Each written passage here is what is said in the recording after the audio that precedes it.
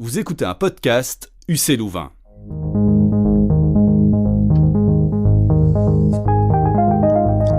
Bonjour tout le monde et bienvenue dans ce tout nouvel épisode du podcast Découvrir la science politique, un podcast dans la continuité du cours en ligne éponyme qui creuse les questions politiques avec le regard affûté du scientifique.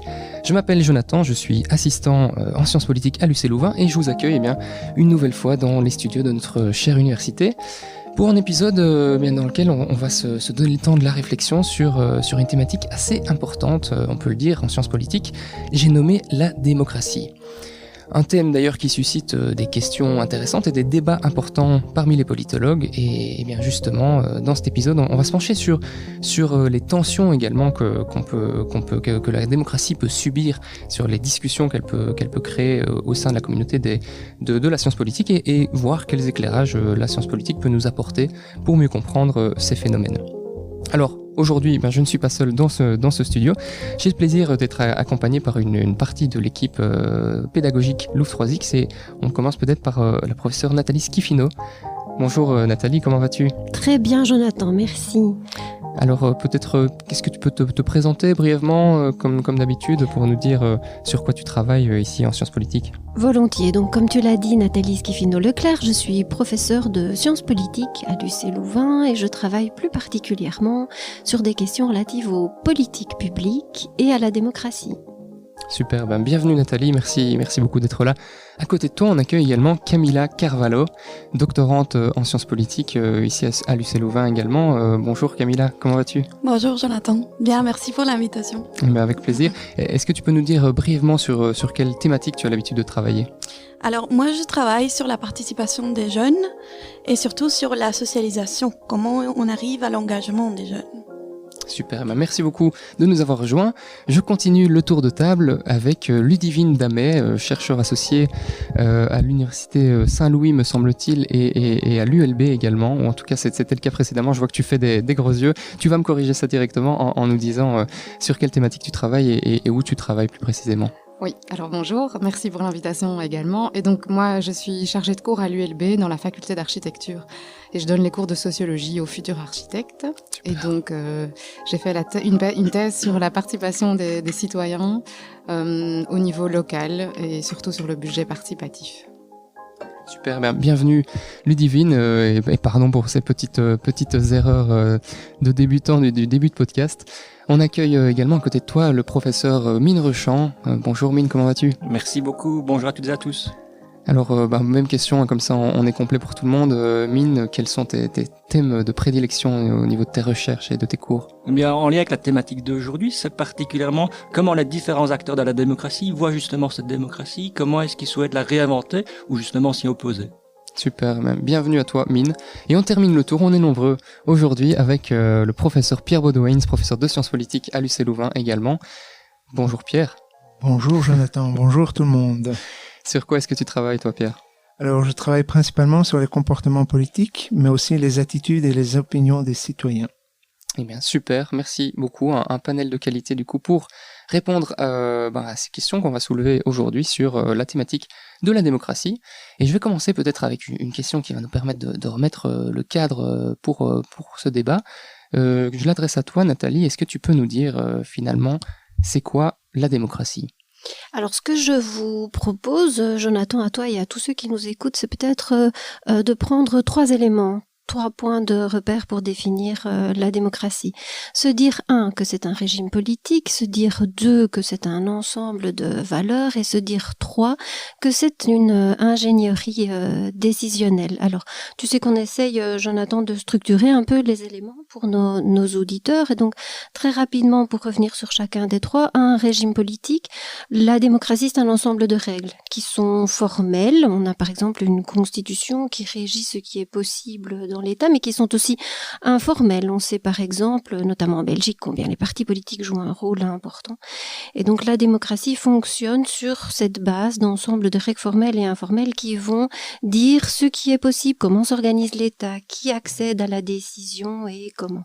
2, un ensemble de valeurs, pour ne citer que la liberté et l'égalité. La démocratie implique un certain dosage de l'une et de l'autre, et ce ne sont pas les seuls, ce sont sans doute parmi les plus importante. Et puis 3, une ingénierie décisionnelle. La démocratie ne fonctionnerait pas si l'on n'avait pas des mécaniques, des procédures, des processus. Les ingénieurs civils ne sont pas les seuls à avoir besoin de précision en la matière. Les institutions politiques et notamment la participation du citoyen peuvent s'improviser, mais elles ont quand même besoin aussi d'un peu de rigueur et de systématicité. Donc la démocratie implique cela aussi. Merci pour cette première définition. C'est intéressant ce que tu fais comme distinction ici. Je ne sais pas s'il y a des réactions autour de la table sur cette typologie finalement de la notion de démocratie qu'on peut voir du coup en fonction des éclairages, si je te suis bien, comme soit un système, soit comme plutôt un concept au niveau des valeurs, et soit comme un, je sais pas comment il faudrait exprimer ça, mais sous l'angle en tout cas de cette ingénierie dont tu parles. Est-ce qu'il y a des oppositions éventuelles dans cette typologie, dans le sens où on pourrait imaginer, et je l'entends directement, quand on parle de démocratie, on a tendance pour le moment à faire le raccourci vers la démocratie représentative, qui est le régime le plus couramment, en tout cas, utilisé ici dans ce qu'on appelle nos démocraties, d'ailleurs occidentales, régulièrement en sciences politiques. Est-ce que ça peut arriver de voir des nuances ou des oppositions entre la conception selon les valeurs ou des conceptions peut-être plus d'ingénierie politique ou de système de régime politique? Je ne sais pas s'il y a des réactions sur cette piste que je lance. Je vois Ludivine qui sourit. Non, peut-être un peu. Allez, je me lance. Mais je trouve que c'est effectivement tout à fait juste ce que Nathalie a dit, mais ça ouvre aussi évidemment des grands débats sur, en tout cas, aussi des enjeux normatifs de la démocratie, ce qu'elle doit promouvoir comme valeur. Et donc, bien sûr, il y a des critiques sur le régime actuel de la démocratie qui se dit être un régime de démocratie représentative et qui, pour certains, est plutôt une forme d'oligarchie qu'une forme de vraie démocratie. Et donc, il y a vraiment des débats sur est-ce que le système représentatif est suffisamment démocratique? Est-ce qu'il ne trahit pas même l'idée de démocratie? Mais moi, j'avais envie de revenir sur les questions de valeur, parce que je trouve que ça aussi, c'est intéressant. On voit qu'effectivement, si on est dans un système uniquement technique d'appréhension de la notion de régime, on passe aussi à côté de la notion de valeur, comme Nathalie l'a dit. Et donc, moi, je suis assez sensible à des théoriciens de la démocratie qui parlent justement de ces valeurs et de ce que ça doit être comme idéal qui aiguillonne un peu le fonctionnement démocratique et pour sans cesse toujours le remettre en question. Et donc, je pense à des auteurs comme Rancière, par exemple, qui parlent vraiment de l'idéal d'égalité entre tous les êtres parlants et qui, finalement, la démocratie fonctionnant surtout à base d'élites qui sont des professionnels de la politique, il y a vraiment cet enjeu de toujours venir réinterroger cet idéal d'égalité. Mais il y a d'autres auteurs aussi qui parlent de justice sociale ou de justice sociale et politique, comme un auteur assez récent, un sociologue qui a écrit un ouvrage qui s'appelle Utopie, j'oublie toujours le deuxième nom, Utopie réelle, okay. Qui parle de l'importance de viser cette idée de justice sociale et de justice politique, la justice sociale étant d'offrir à tous les moyens de vivre une vie bonne selon la conception de la vie bonne qu'ils ont envie de poursuivre, mais aussi une justice politique qui permet à chacun de participer concrètement à la vie politique et d'avoir son mot à dire sur les décisions qui le concernent. Et donc ça, je trouve que voilà, c'est aussi intéressant d'avoir cette idée que le système représentatif est effectivement un système qui nous permet de fonctionner, mais il est fort critiqué par de nombreux auteurs, et ça depuis le début de la démocratie, en fait. Tout à fait. Voilà. Tu mentionnais justement Jacques Rancière, qui a écrit un bouquin, j'ai dû vérifier le titre, parce que je ne l'avais plus en tête, mais La haine de la démocratie, et donc ça pose déjà question quand des auteurs, en tout cas en l'occurrence ici un philosophe, sortent un bouquin avec un titre assez choc, finalement, ou en tout cas qui va à l'encontre de ce qu'on peut penser, parce que la démocratie, et je parle sous votre contrôle, mais est plutôt présentée de manière positive. D'habitude, en tout cas, on la critique, il y a beaucoup de choses, mais du côté peut-être, et là je m'adresse plus particulièrement à toi, Pierre, des partis politiques et du système politique représentatif, il y a une tendance assez générale à se reposer sur la démocratie pour justifier des décisions, pour appuyer ses propos, et donc voilà, on la pointe de manière positive, mais finalement on la critique également. Et alors je vois autour de la table, et vous êtes en plus assis l'un en face de l'autre, on a Camilla et Pierre, finalement j'ai l'impression qu'ils travaillent sur deux pans opposés de cette notion plurielle qu'est la démocratie. Pierre, les partis politiques, et Camilla sur la participation des jeunes. Peut-être que, alors depuis le début, je dresse des oppositions. Je ne sais pas si c'est nécessaire. En tout cas, l'enjeu est de pouvoir débattre. Je ne sais pas si ça te fait réagir, ces questions et cette présentation plurielle de la démocratie, Pierre. D'abord, je vais te rassurer, Jonathan, nous entendons très bien avec Camilla, donc j'espère. Pour l'auditeur, il doit vraiment pas s'en faire de ce côté-là. La question est intéressante et la manière dont finalement Nathalie et Ludivine l'ont introduite est assez intéressante. Pourquoi ? Parce que du point de vue du citoyen, on ne remet pas en cause la valeur démocratie. Dans toutes les enquêtes internationales, quand on demande finalement est-ce que la démocratie est, entre guillemets, le meilleur système, on ne parle pas de régime, attention. On parle vraiment, est-ce que finalement, pour représenter les citoyens, est-ce que la démocratie est finalement le système par lequel un citoyen peut être entendu au niveau du politique de manière générale, donc de cette boîte noire politique. Ce qu'on retrouve beaucoup plus au niveau des citoyens, et le titre du philosophe que tu mentionnais rejoint un peu cette idée, c'est une remise en cause par le citoyen du fonctionnement, donc du régime. À savoir, on a des outils, on a des institutions, on a des procédures, et il y a ce sentiment du citoyen, en fait, que tout ça est un petit peu confisqué. Donc, je pense que c'est Ludivine qui mentionnait le terme un peu de oligarchie, à savoir, finalement, que ce pouvoir du peuple, en fait, puisque une des définitions qu'on donne, la plus basique entendue, c'est le pouvoir du peuple par le peuple pour le peuple, c'est que finalement, ce pouvoir est un peu confisqué par des acteurs intermédiaires, que sont entre autres les partis. Parce que, traditionnellement, les partis se sont construits pour justement introduire dans le système, on les appelle d'abord les gatekeepers, ou les gardiens de la porte, introduire dans le système politique les demandes, qu'elles soient sociales, qu'elles soient culturelles, toute une série de demandes, en fait. Et c'est ça aujourd'hui qui est souvent remis en cause, finalement, quelque part, dans la démocratie, c'est les acteurs qui interviennent dans ce système, qui donnent l'impression de toujours développer le même type de politique, de toujours confisquer un petit peu ce pouvoir, et ça fait référence en fait à quelque chose même de beaucoup plus profond, qui est le terme représentative en fait. C'est vraiment ce qu'on appelle aujourd'hui la crise de la représentation. Donc le citoyen qui a le pouvoir de voter, donc de donner le pouvoir à une tierce personne, qui ne se sent pas reconnu en fait dans cette représentation. C'est ça. Et donc principalement, ce sont les partis et les élus au sein de ces différents partis. En fait. Et donc finalement, on parle parfois de démocratie en crise, mais ce serait la représentation qui serait en crise. Vas-y, Ludivine. En fait, il y a deux choses. Je pense que ça fait très longtemps qu'on parle de crise de la démocratie représentative, et donc il y a à la fois, c'est un petit peu problématique d'ailleurs si on parle de crise, puisque crise c'est un moment aigu et qui finit on finit par en sortir, mais là ça dure depuis quand même longtemps, et donc j'avais envie de dire deux choses. C'est que donc cette crise dure. C'est aussi parce que dans l'idée de représentation même, il y a des ambiguïtés, des ambivalences, des paradoxes. On n'est jamais vraiment totalement représenté par quelqu'un, c'est impossible. On ne peut pas avoir non plus des représentants qui représentent de manière à la fois à donner une image correcte de ce que c'est la population. C'est impossible, c'est une forme de paradoxe de la représentation. Et puis on ne peut jamais savoir vraiment ce que les individus pensent sur un sujet donné, puisque on évolue toujours à cet égard. La question n'a peut-être même pas encore été posée, donc on ne peut pas sentir en fait ce que c'est vraiment cette opinion. Et donc finalement, il y a toujours une trahison dans l'acte de représentation, et qui est toujours déjà présente et déjà là. Donc chez Bourdieu, par exemple, il parle du coup de force symbolique de la représentation, de la trahison inhérente en fait à l'acte de représenter. Donc il y a beaucoup d'auteurs qui travaillent là-dessus. Donc je pense qu'il y a une crise, et c'est vrai, elle se montre aussi dans les chiffres, mais dans ce que pensent les citoyens, mais il y a aussi quelque chose d'inhérent à la représentation. Et donc j'avais juste envie de compléter par ce que tu disais. Moi, ce qui me choque le plus, ce qui me frappe le plus, c'est ce chiffre qui se trouve dans les eurobaromètres, mais aussi dans les études françaises du Cevipof, c'est que plus de 80% des gens disent ne pas se sentir écoutés ou entendus par les élus, et donc ça complète bien ce que Pierre vient de dire. Tout à fait, et c'était une des questions qu'on voulait se poser, et je rebondis directement là-dessus en posant la question à la table, et peut-être à Nathalie qui avait envie de réagir.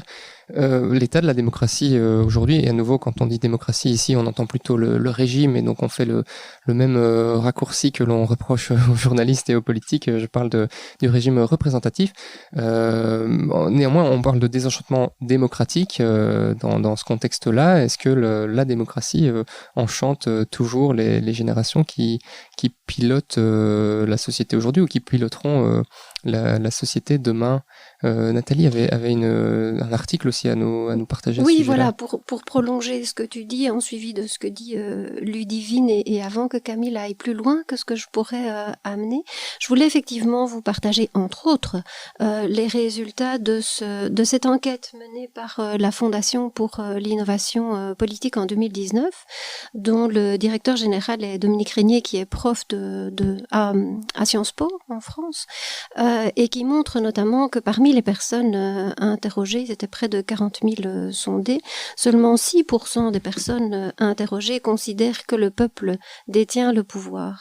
Or, si on se souvient de l'étymologie du terme démocratie, qui nous vient de l'Athènes antique, c'est-à-dire il y a 26 siècles maintenant, démos et kratos, la démocratie est en principe ce régime politique qui fonctionne sur la base du pouvoir confié au peuple. Et donc ce chiffre de 6% est évidemment particulièrement criant, et le sondage de cette fondation, dont Jonathan, tu donneras les liens à nos auditeurs, montre que notamment les jeunes sont un public particulièrement critique à cet égard, et donc c'est là que je pense que Camille peut nous éclairer davantage.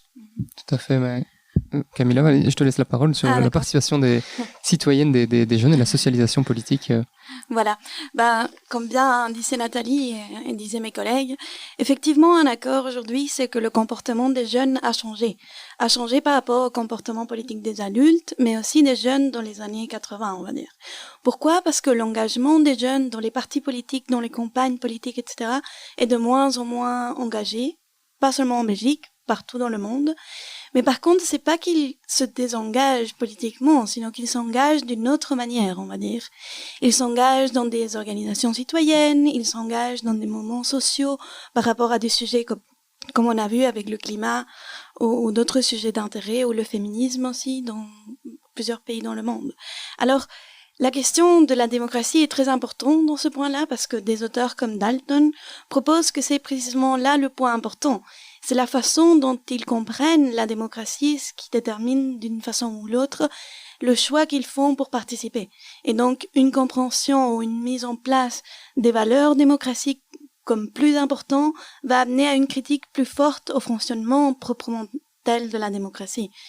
Et dans ce sens-là, par exemple, des auteurs comme Easton, qui fait la différence entre un support spécifique à la démocratie, lié à son fonctionnement, et un support diffus à la démocratie, plutôt aux valeurs, et fait du sens, parce que c'est ces jeunes qui mettent en valeur la démocratie, mais qui sont très critiques à son fonctionnement, alors ils vont plutôt aller à chercher d'autres formes de participation politique moins traditionnelles ou conventionnelles.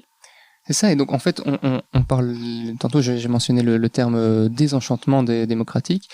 En fait, on devrait plutôt parler de désengagement politique, mais on reste enchanté par l'idée, la conception, la notion de démocratie sans la trouver peut-être suffisamment intégrée dans les régimes politiques actuels. C'est ça un peu que ça soulève? Je trouve que c'est un débat vraiment très complexe et qu'il y a vraiment différentes tendances dans la société. On voit effectivement qu'il y a beaucoup de formes d'engagement renouvelées. On parle aussi de mutation des formes d'engagement. Donc on voit que beaucoup de jeunes et moins jeunes, sur des causes plus précises, sur des questions par exemple de transition, on voit qu'il y a des mouvements citoyens qui se mobilisent, et on voit une forme de réenchantement, une forme de démocratie par le bas, une forme aussi peut-être de moindre engagement politique. Et donc c'est aussi ces mouvements-là, ils sont à la fois signes d'un engagement en faveur de causes, mais certains auteurs parlent aussi de formes de dépolitisation au travers de ce type de mouvement citoyen, parce que ce seraient des mouvements qui refuseraient par exemple les grands débats d'idées, qui refuseraient d'être trop proches de partis politiques, qui refuseraient par exemple de se préoccuper d'enjeux globaux, mais de faire à petite échelle cette transition. Donc il y a à la fois, je trouve que c'est très partagé. Je trouve qu'on ne peut pas avoir d'arguments massifs sur ces enjeux-là. On a à la fois des formes de réengagement, des formes de désengagement, et je trouve qu'il faut à chaque fois mesurer à quelle échelle moi je trouve qu'il n'y a pas vraiment d'avis tranché sur ce sujet-là. Et si je peux juste rajouter autre chose, il y a aussi d'autres formes de réengagement, pour le coup assez négatifs. autour des élus et des partis politiques populistes. Et donc là, je trouve que c'est une autre forme de réengagement qu'il faut avoir à l'esprit, et moi je ne suis pas spécialiste de ces questions-là. Tout à fait. Mais c'est chouette que tu mentionnes ça, parce qu'on aura l'occasion d'en reparler dans un futur épisode sur la question des idéologies. On abordera bien entendu les idéologies plus extrêmes, le populisme, l'extrême gauche, l'extrême droite et compagnie. Nathalie, tu voulais réagir sur une question ? Oui, peut-être qu'à ce stade-ci, compte tenu de tout ce qu'on a dit jusqu'ici, on pourrait se mettre d'accord sur le fait qu'il faut différencier un désenchantement des citoyens à l'égard des partis politiques. Je pense que le rôle des partis politiques aujourd'hui dans le fonctionnement de nos systèmes est vraiment interrogé et à interroger. Et des élus aussi. Et des élus, on est bien d'accord. Donc c'est sur le plan organisationnel et aussi individuel. On peut avoir un désenchantement par rapport à ça. Ça ne veut pas dire pour autant qu'il n'y ait pas un enchantement pour des formes de démocratie, comme le disait Ludivine. Et on pourrait, si la démocratie était un graphique, se dire, dessinons-la le long de 2 axes, et Jonathan, peut-être qu'on pourrait dessiner ce graphique-là pour nos auditeurs. Un axe irait de la représentation à la participation, et on voit bien que c'est un continuum, et un deuxième axe irait de la liberté à l'égalité, et on verrait se dessiner des modèles différents de démocratie. Et ce qui est intéressant aujourd'hui, c'est un déplacement du centre de gravité, peut-être vers de nouvelles formes participatives, et là-dessus, Mine pourrait peut-être nous parler de toutes ces innovations démocratiques qui, depuis les années 2000, se développent et essayent quelque part de réenchanter le rapport des citoyens aux politiques. Tout à fait. Mine, qu'est-ce qui se passe dans ce champ de la participation citoyenne ou des innovations démocratiques ? C'est un champ d'une certaine façon très, très innovant et très peu innovant. Et le mot innovation, c'est véritablement un vocabulaire qu'on retrouve en sciences politiques, en politique, mais aussi dans beaucoup de domaines. Quelle est vraiment la nature d'une innovation d'une certaine façon ? En matière pédagogique, on dit parfois à l'heure actuelle qu'une craie pour écrire sur un tableau vert est justement l'innovation. Donc il y a l'outil. Et on le voit en matière d'innovation démocratique, quelle est l'idée derrière ? C'est de dire il faut renouveler d'une certaine façon les pratiques, soit que ce soit de nouvelles, soit d'aller chercher des anciennes. Un outil qui est fortement mis en évidence à l'heure actuelle, c'est le tirage au sort. Ce tirage au sort qui était un des éléments, c'était pas le seul de la Grèce antique, à l'époque, d'une certaine façon, un peu du siècle d'or de la démocratie. Mais quelle est l'idée derrière celui-là ? C'est de se dire que pour que le régime démocratique fonctionne mieux, il faut une participation la plus large possible. On sait qu'avec une simple élection, d'une part, tout le monde ne va pas aux urnes, et d'autre part, l'image qui ressort de ces élections est pas représentative d'un point de vue descriptif, c'est-à-dire d'un point de vue miroir de la société. Et donc l'idée derrière le tirage au sort, mais peut-être que ce n'est pas tout à fait vrai, ce serait de se dire si on demande à chacun de participer, en tout cas on va un pas plus loin, en sachant que certaines personnes, si on ne les invite pas directement, ne viendront pas. Un exemple pour ça, très concrètement, c'est le tirage au sort utilisé dans les jurys d'assises, en fait. On sait que là, on va avoir une diversité de personnes, et des personnes qui, si on leur avait simplement laissé le choix de venir ou de ne pas venir, ne seraient peut-être pas venues. J'ai 2 questions quand j'entends parler d'innovation démocratique et de participation citoyenne dans ce cas-ci. La première, c'est peut-être d'où ça vient, d'où elles viennent ces initiatives, est-ce qu'elles viennent, et je refais mes oppositions et je ne veux à nouveau pas créer de plus que du débat autour de cette table, mais est-ce qu'elles viennent plutôt du côté du système politique mis en place, ou est-ce qu'elles viennent plutôt des citoyens? Et naturellement, je montre Pierre et Camilla sur ces enjeux-là, mais alors j'ai aussi une deuxième question, et donc j'invite vraiment chacun autour de la table, chacun et chacune à réagir si ça les interpelle. La deuxième question, est-ce que ça fonctionne, ce genre d'initiative?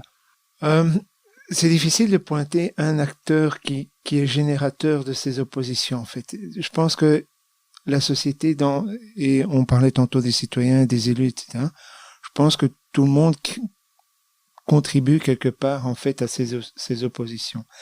Ce qu'il y a, c'est que je reviens à ce qui avait été dit et ce que Ludivine a mentionné à juste titre, c'est quelque part le paradoxe de la représentation. À partir du moment où nous sommes dans une société qui base sur la base du vote confie le pouvoir du peuple à un certain nombre, qui dans ce cas-ci n'est pas tiré au hasard comme dans les mécanismes qui sont mis en place pour la prise de participation directe, mais qui va être basé sur le code électoral et ainsi de suite, on va en fait partir du principe que cette délégation fait qu'on va répondre aux attentes de monsieur et madame tout le monde. Mais comme ça a été mentionné dans la discussion, c'est monsieur et madame tout le monde. Si je prends le cas de la Belgique, il y a 11 millions de Belges. Et il y a 11 millions de souhaits, en fait, par rapport à ce qu'on veut développer par la suite. Et les oppositions sont créées tantôt par les élus dans leur conduite ou par les partis dans le basculement des demandes de la société dans le système politique, mais elle est aussi créée elle-même par les citoyens eux-mêmes, en fait. Pourquoi? Parce que, le cas de la Belgique, on a le vote obligatoire, donc tout le monde va voter, mais dans les cas où il n'y a pas le vote obligatoire, le taux de participation est beaucoup plus bas. Et qu'est-ce qui se passe dans ces démocraties-là? C'est que, au fond, tout le monde se plaint après du résultat, mais on oublie que dans certains cas, 70% des citoyens ne sont pas allés voter. En tout cas, 70% de la population électorale, en fonction des critères qui sont appliqués, ne sont pas allés voter et donc commencent à se plaindre. Ce qui en fait amène à des situations parfois dramatiques, comme celle que mentionnait Ludivine, à savoir sur l'émergence de populisme, l'émergence de gouvernements clairement à caractère populiste. Là, j'appellerai à la prudence sur le terme populisme. Pourquoi? Parce que la définition n'est pas stabilisée. Ce qu'on remarque là derrière, c'est que ce sont des personnes parfois extrêmement raisonnées, raisonnables, éduquées, mais qui, elles, vont voter pour un parti populiste parce qu'elles en ont marre du système, elles en ont marre du fonctionnement du régime, parce qu'elles ont cette fameuse impression de ne pas être entendues, en fait. Merci pour ces éléments. Je me tourne peut-être vers Camilla aussi sur la question de l'émergence de ces initiatives citoyennes. Tu parlais tout à l'heure d'engagement politique, pas dans les sphères qu'on a connues au niveau parti politique, syndicats peut-être et autres. Est-ce qu'il y a d'autres choses qui émergent? Est-ce que ces propositions s'appellent innovation démocratique d'une certaine manière? Bon, comme Pierre disait bien, je pense que ça vient des deux côtés. Parce que effectivement, les représentants, quand ils voient qu'ils ont un soutien de 10%, ils exaspèrent et ils essayent de trouver d'autres mécanismes pour représenter mieux ou pour arriver à avoir plus de soutien, bien sûr. Mais effectivement, ça vient aussi de part des citoyens, surtout des jeunes. Et à propos de ça, je pense qu'il ne faut pas oublier que les médias et surtout les réseaux sociaux ont produit un énorme changement par rapport à la vision que les jeunes ont de la politique. Maintenant, c'est plus facile contacter directement un politicien par Twitter ou Facebook, ce qui change un peu la vision et la forme de la relation qu'ils ont avec la politique. Et évidemment, ça oblige aussi à un changement du système qu'on ne sait pas très bien comment gérer encore, mais c'est clairement un changement. Merci pour ces éléments. Je vois Ludivine, qui souhaitait réagir également. Oui. On t'écoute. En fait, j'essaye de trouver des exemples précis d'évolution de dispositifs participatifs et d'essayer de voir les facteurs. Et donc, je pense par exemple au niveau de la région de Bruxelles-Capitale et les évolutions en matière de participation en termes d'urbanisme. C'est vraiment une histoire qui vient des luttes urbaines. Et donc, elles viennent de par le bas, c'est-à-dire de revendications d'acteurs de la société civile, qui, à un moment donné, réclament beaucoup plus de participation des citoyens dans le devenir de leur ville. Et donc, on voit vraiment qu'il y a à la fois quelque chose qui vient d'en bas, et je rejoins aussi cette idée que ça vient des deux côtés, puisqu'on voit aussi qu'il y a des transformations qui sont liées aussi à des changements générationnels. Il ne faut pas oublier que les élites politiques, elles sont aussi élues dans un vivier de citoyens au départ, et si le système fonctionne bien, c'est-à-dire qu'il n'est pas trop endogène, et qu'il y a une forme de renouvellement des élites politiques, on voit dans certains partis qu'il y a vraiment un lien entre les anciens acteurs de la société civile qui sont un vivier en fait de recrutement de ces nouvelles élites politiques, et quand elles arrivent au pouvoir, elles sont aussi des leviers pour implémenter des changements et des innovations démocratiques. Et donc je pense qu'il y a les deux, il y a à la fois l'aiguillon de la société civile, mais aussi des formes de société civile très, je dirais parfois pas forcément très institutionnalisées. Et il y a des changements quand même au niveau des élites, dans certains cas, qui font qu'elles sont plus susceptibles d'être ouvertes à ces innovations. Et donc je pense que le cas de la région de Bruxelles-Capitale et dans les innovations récentes est aussi intéressant à étudier. Tout à fait. Nathalie et Mine aussi, j'aimerais bien vous entendre tous les deux quand même aussi sur la question, sauf s'il y a d'autres éléments à apporter sur cette première question que je posais sur les innovations démocratiques, mais ça m'intéresse qu'on puisse discuter de comment ça fonctionne et de est-ce que ça fonctionne, est-ce que les citoyens participent ou ne participent pas, et quels sont les résultats de ces quelques initiatives de mini-public, panel citoyen et autres terminologies de ce genre d'innovation démocratique ou d'initiative de participation citoyenne. Nathalie, peut-être?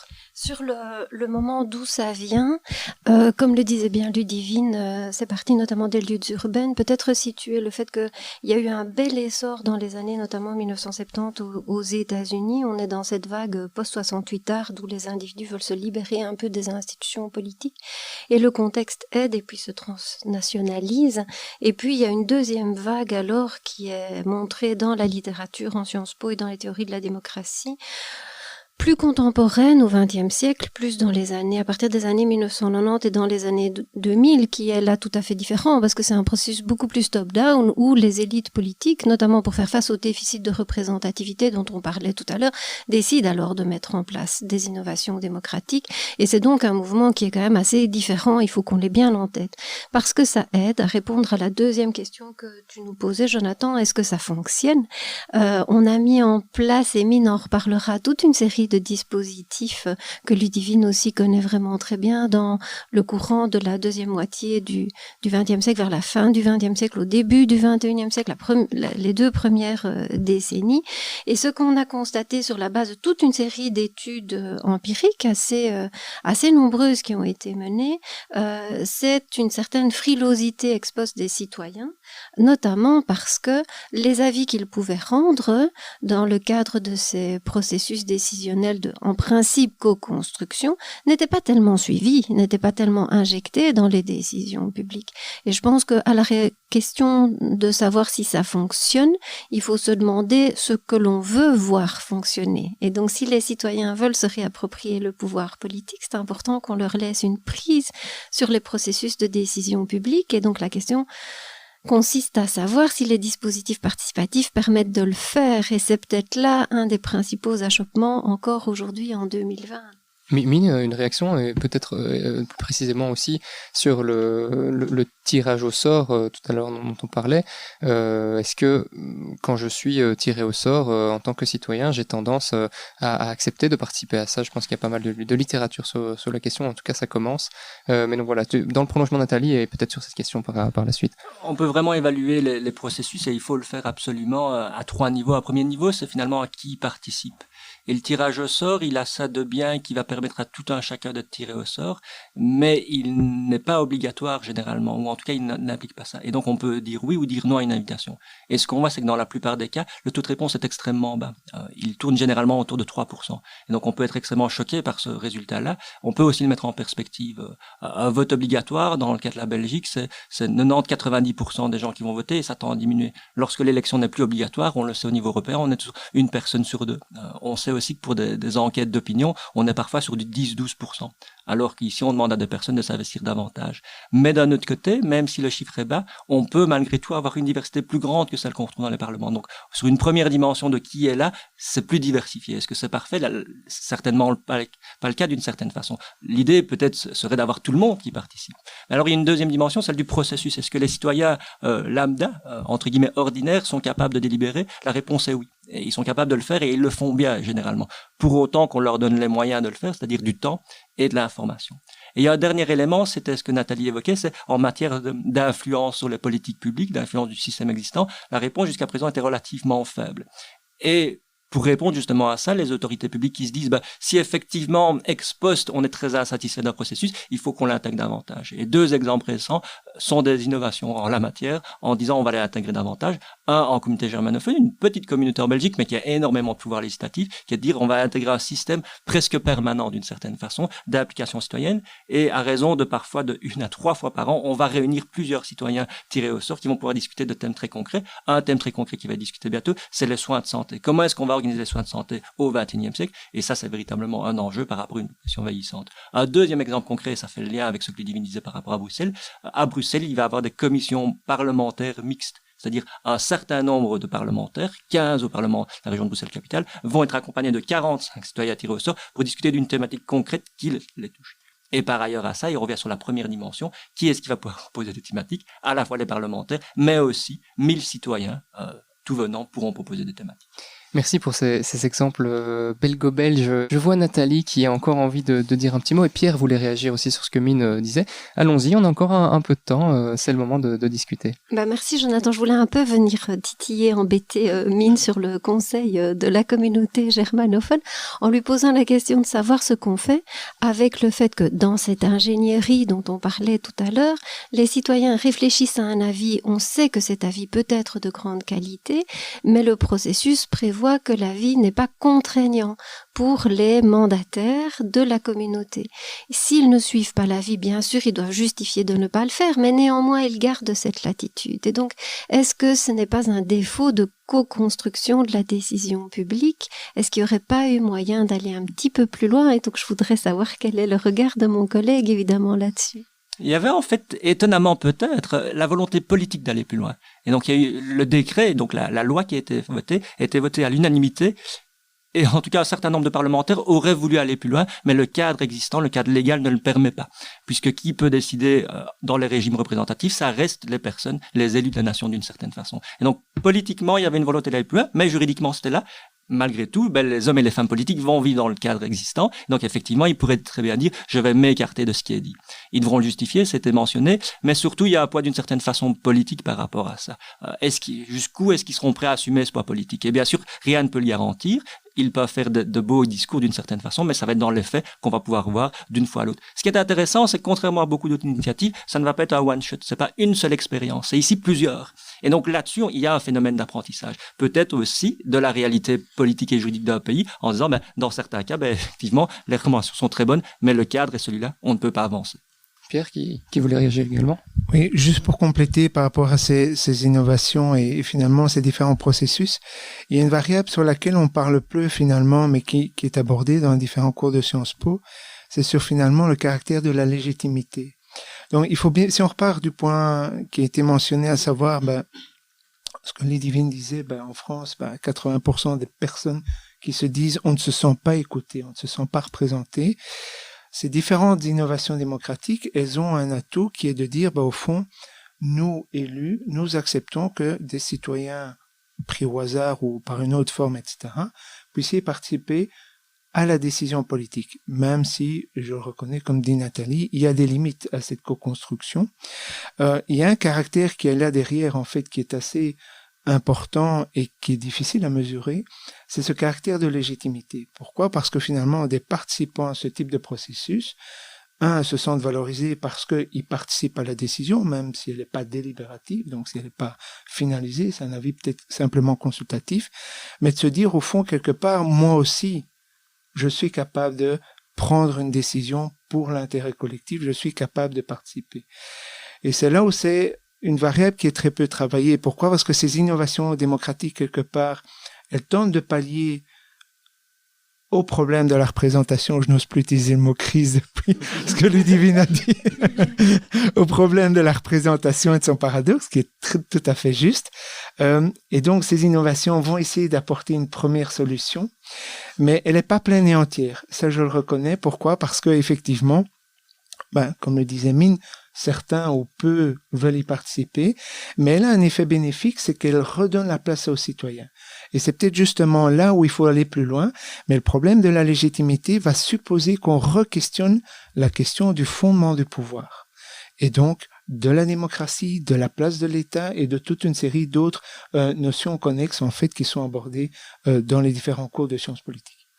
Merci pour ces derniers éléments. Je vois que le temps file et on arrive tout doucement déjà au bout de cet épisode, mais je ne voudrais pas en rester là sans donner la parole une dernière fois à peut-être tout le monde autour de la table s'il y a encore des choses qui vous brûlent les lèvres, et je pense notamment à toi, Ludivine, ici, qui est venu expressément de Bruxelles pour nous et qui a fait je t'ai vu réagir à certains propos. Donc en tout cas, s'il y a certains éléments à ajouter à nos débats, c'est le moment, c'est l'instant. Et si pas, j'ai encore une dernière question que j'aurais quand même aussi envie de vous adresser pour conclure un peu. Finalement, une question un peu provocatrice d'une certaine manière. Qu'est-ce qui n'est pas démocratique dans tout ça, et d'essayer de définir cette notion de démocratie par l'inverse, ou par l'opposition à nouveau. Et je sais que j'ai utilisé ce terme beaucoup trop de fois durant cet épisode. Je ne voudrais pas créer de conflit en tout cas. Ludivine, un dernier mot? Oui, alors je pense qu'il y a plein de choses qui ne sont pas démocratiques, et à nouveau on peut reprendre un petit peu les dimensions que Nathalie avait balisées au départ. Il y a des choses qui ne sont pas démocratiques du point de vue des règles, du point de vue de la technique institutionnelle. Il y a des choses qui ne sont pas démocratiques du point de vue des valeurs. Il y a des choses qui ne sont pas démocratiques du point de vue de l'informel. Et donc c'est un peu, sans doute, il y a plein de choses qui ne sont pas démocratiques en fait aujourd'hui. Moi j'avais envie de peut-être de parler d'auteurs qui parlent de post-démocratie aussi, en disant il y a la non-démocratie, il y a la démocratie, et on serait dans une situation de post-démocratie, et donc ils ont toute une série de symptômes pour dire la situation est quand même assez grave, c'est-à-dire on n'est pas dans une non-démocratie, mais on n'est quand même pas dans une situation démocratique enchantée, comme on disait tout à l'heure. Et notamment dans les dimensions, c'est le manque d'enthousiasme sur le fonctionnement actuel de la démocratie, voire la frustration, voire une forme de manque de confiance, de méfiance des citoyens envers le politique, mais c'est aussi la place importante dans le système décisionnel des acteurs privés. On n'en a pas vraiment parlé, mais il y a vraiment beaucoup d'acteurs et d'auteurs qui disent que la place des lobbies, des multinationales, des grandes entreprises fait en sorte que le fonctionnement n'est plus démocratique. Donc là, je sais qu'on sort vraiment de sujet, mais donc je pense par exemple à cet ouvrage sur la post-démocratie de Colin Crouch, je ne sais jamais comment on prononce, mais il y en a d'autres, il y a Chantal Mouffe. Ce sont des auteurs plutôt, et on peut aussi peut-être mettre Rancière dans cette galaxie-là, mais des auteurs très critiques sur une forme de démocratie qui devrait être davantage radicale et revenir aux valeurs démocratiques et donc donner effectivement plus de poids, donc donner, comme Pierre le disait, le sentiment aux citoyens qu'ils peuvent donner effectivement leur avis, mais aussi aboutir à des politiques publiques plus égalitaires, plus justes socialement, aboutir aussi à des décisions qui sont suivies. Et donc quand je tiquais par rapport à ce que Mine disait, parce que c'est vrai que légalement, il y a toujours des règles qui en servent. C'est la même chose pour le budget participatif, par exemple. Ce sont bien le collège communal qui doit entériner un budget. Ce n'est pas les citoyens qui doivent l'entériner du point de vue légal. Il n'empêche, je pense que du point de vue de l'informel, dans le fonctionnement, on pourrait trouver... alors, il faudra toujours laisser à l'épreuve des faits le fonctionnement de cette commission, voir un peu comment les décisions sont prises. Si on voit que les élus, par exemple...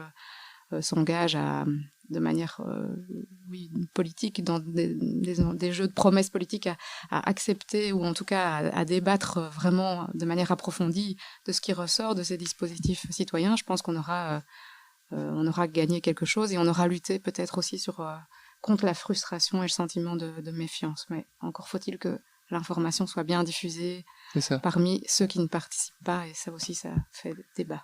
Ouais, effectivement, du mini-public au maxi-public pour ceux à qui ces termes parleront.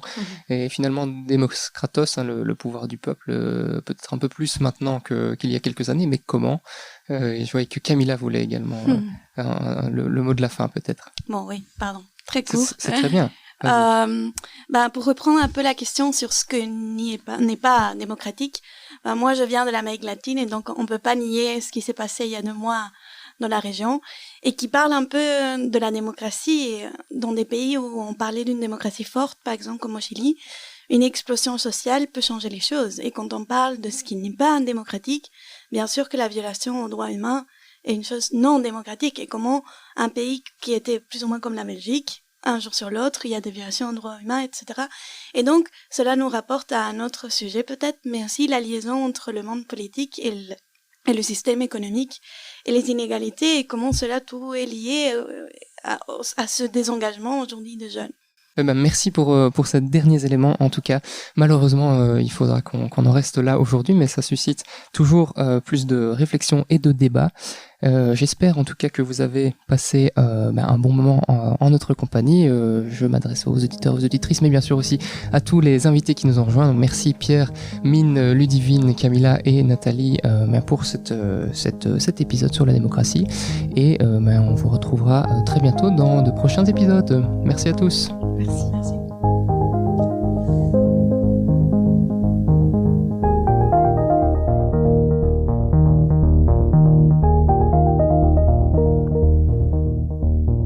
Et voilà, cet épisode de Découvrir la science politique, le podcast, est déjà terminé. On espère qu'il vous a plu. Tous vos commentaires et suggestions sont les bienvenus. N'hésitez pas à nous écrire sur Facebook ou Twitter @louv3x, LEUV, le chiffre 3 et X. Si vous souhaitez creuser davantage les sujets abordés, allez jeter un œil dans les notes de l'épisode. On y glissera donc les quelques références qu'on a glanées au fil de cet épisode. Et si, comme nous, vous pensez que la politique nous concerne toutes et tous et que vous souhaitez vous construire une boîte à outils pour décrypter les enjeux politiques actuels, nous vous invitons à suivre notre cours en ligne sur EDX. Plus d'infos et inscriptions sur edx.org en tapant Découvrir la science politique. Merci pour votre écoute et à bientôt.